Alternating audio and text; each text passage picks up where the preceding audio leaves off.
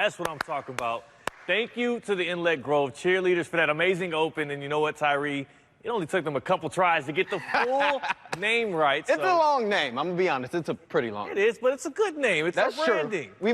We may need to rebrand one day. No. Good evening, good people. I'm Theo Dorsey from ESPN 106.3. That's Tyree Smith with Bad Ideas. And this is ESPN West Palm High School Game Day. Well, I got a good idea for you. What's up? Game number 1, all right? The matchups did not disappoint this week, especially in Boca Raton. Let me show you what happened. Number 10, West Boca hosting the St. Andrew Scott Bulls. Javarian Mallory with the first score of the game in West Boca, put them up 7-0. But sophomore wideout, Dylan Faison with the clutch touchdown for the Scots, tie it up. Their second left, Bulls on third down, looking towards the end zone. But the play of the day, Theo, it's going to go to Dylan again. He comes up with the interception, touchdown interception. We go to overtime. Scots get the field goal. It's fourth down for West Boca. They're trying. Javarian Mallory with the carry, and he gets stopped. St. Andrews, comeback kids, how about that? They go on to beat West Boca 10-7 in overtime. And it was St. Andrews head coach Jimmy Robinson's birthday. Here's how the Scots sounded after that win. Happy birthday to you. Happy birthday to you.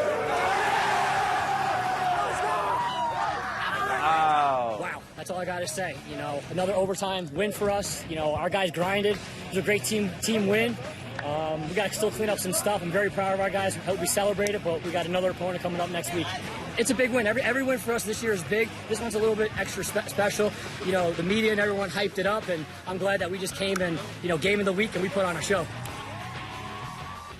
Congratulations, Coach. Yeah, congrats and happy birthday. Martin County with a packed crowd as they hosted undefeated Jupiter. The Tigers beat Jupiter 28-0 last year, but these are the New Look Warriors who have won their first 2 home games. That magic would not extend to the road, so these teams were tied at 7 at the half. Martin County would pull away after intermission, scoring 10 straight points, including that touchdown right there. The Tigers improved to 2-1. They have a tough test at home next week against Treasure Coast. Ooh, don't get me started on the Treasure Coast. Come on now. Somerset Canyons hosted Kings Academy. Neither team has scored less than 40 points in the game all year. The Lions kept that going tonight. Their defense holds Somerset to just 10 points. And then sophomore Peyton Hughes on your screen, pick 6, gets the Lions defense on the board. Running back Marion Victor, who's also, let me get you right there, top 63 nominee. Pair of touchdowns on the night. You love when a running back score. Kings with the 40-10 victory. Lions improved to 4-0 all time against Somerset Canyons. I more so like when wide receivers score.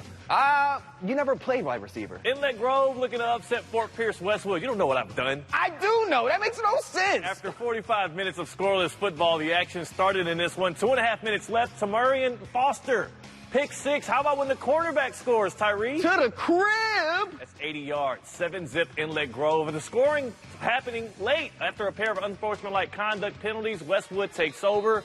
And 2 plays later, Kevin Riles punches it in. Running backs. Chris Coquel calls for the 2-point conversion, but they get stopped. And after Inlet Grove goes 3 and out, Westwood finds the end zone again. Ooh, Colton Foster. E.J. Weathers to Colton Foster. And then here it is. Inlet Grove, last chance, throw it up, hope for a prayer, but Jalen Mons, Braylon Vincent, Fort Pierce Westwood's defensive backfield is dominant, and they proved it again. 12-7 win for them. They're 3-0 for the first time since 2020. Wow, Mons looking just like his brother at Indiana. Palm Beach Lakes off to a surprising 2-0 start tonight when they hosted Pahokee. The Blue Devils got off to a fast start and never looked back. A pair of blocked punts in just the first quarter, Theo. One resulting in a touchdown. Quarterback Henry Boyd with a pair of rushing touchdowns as well. Blue Devils defense doesn't allow a point at all. Pahokee with a 42-0 shutout victory, but it's going to be a real tough battle next week at home against number 7 Palm Beach Central. Own it. Never give up. Expect to win. Everybody understand me? Yes, Coach. I got one question. Win! Birdcage! Birdcage on 3. 1, 2, 3. Birdcage! Captains. To the birdcage, birdcage. Yo! To the birdcage, baby. Tim Caffey and undefeated Jensen Beach hosting a winless Wellington squad. Falcons quarterback Austin Connolly. Up top, Jonathan Ahern. almost gets in the end zone, but it sets up, Tyree, your favorite play, a running back touchdown. Now that's what I like. Dennis Palmer out of the Wildcat. Touchdown Falcons, first score of the day for him. He had many more. Jensen Beach has not allowed a single point this year. That theme continued tonight. Through 3 games, 3 shutouts, and it sets up this top 63 running back, Dennis Palmer, this time off the handoff. That dude is amazing. 42-zip Jensen Beach, 3rd straight shutout. They've now outscored their opponents 91-0 this year. Woo! Birdcage is tough. Let me show you West to Boca. Battle of the Felines. Boca Raton Bobcats hosted Boynton Beach. Their A game was on offense. I'm telling you, check out that throwback pass, Theo. Nice. Gets them into the red zone, or close to the red zone, around the 32-yard line. Very next play for Boca. Backfield trickery. I could barely follow the ball, but Damian Taylor, he says, don't worry about the trickery. Watch me. Into the end zone for the score. Bobcats, they get their first win of the year as they beat Boynton Beach 21-6. Boynton loses to Boca for the 2nd consecutive year and drops to 1-2. Wow, I get the Treasure Coast game. Yes, you do. Yeah, hosting Seminole out of Orlando in the rain tonight. The Titans offense continuing to show off that new passing game. Look, Irv Jones told me that they were going to be throwing the ball around this year, and I didn't believe him, but look at that. Neither did I. Look at that. Treasure Wow. Coast passing the football, pigs flying, and the defense flying to the ball. Shamir Sterling. Jeez. Top 63 player, top 63 for a reason, Tyree. Looked like Patrick Mahomes last night. He's going to make a house call right here on the interception. That's Shamir Sterling. That's a Patrick Mahomes play. Oh, that's uncalled for. Treasure Coast wins this one 14-9. That's a Patrick Mahomes play being in the win column. They're going to hit the road for a Treasure Coast battle with Martin County next week. Well, not right now. No. Chiefs are 0-1. Reigning champs. We still have football action from the area. You don't win Super Bowls or state championships in September. This week was a great one. More highlights to come on the Sports Zone. Better win some games in September. Just saying. Welcome back into the Sports Zone. The Friday Night Lights expanded beyond Fridays this week, Tyree. I agree. I think high school game day started Thursday because we get 4 straight days of high school football in the area. Let's just start things off on Wednesday night. The Citrus Bowl, Vero Beach.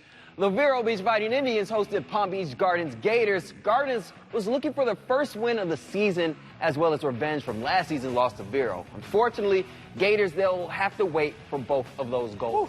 Fighting Indians quarterback Tyler Aronson and company able to give the Gators trouble on defense as they were able to get the home victory 26-11. Vero Beach showing why they're number 1 on our list. They improved to 2-0. I voted for Treasure Coast over them. I don't want to put it out there. I like Vero Beach. Hey! I like Vero Beach. Next week is changing things. Hit watch. We missed the helmets. Royal Palm had really nice helmets. I wanted to talk about them, but I'll just talk about their really nice play on the football field as they welcomed in Suncoast last night. Both teams were looking for their first win of the season. You know, last year Suncoast won this matchup 6-0. This is a new and improved Royal Palm Beach. Look at this run right into your living room. I taught him that. You taught him that? No, he just watched my highlights. I doubt it. All right. Royal Palm Beach wins 21-7 because they specifically did not watch Tyree Smith's highlights. You can get, you know what? Improved to 1-2. They're at Wellington next week. The Chargers will look to bounce back next Thursday at Jupiter. Take this man's mic. Well, let's take a look at the top 10 teams from this week, Tyree. How about that? I need my mic to do that. 4 of the 5 victories in the top 5 here. We got Cardinal Newman with a bye. In the bottom 5, 6 through 8 all pick up wins. We're going to have some changes in the top 10 here, especially at the bottom. Palm Beach Gardens and West Boca both dropped their games.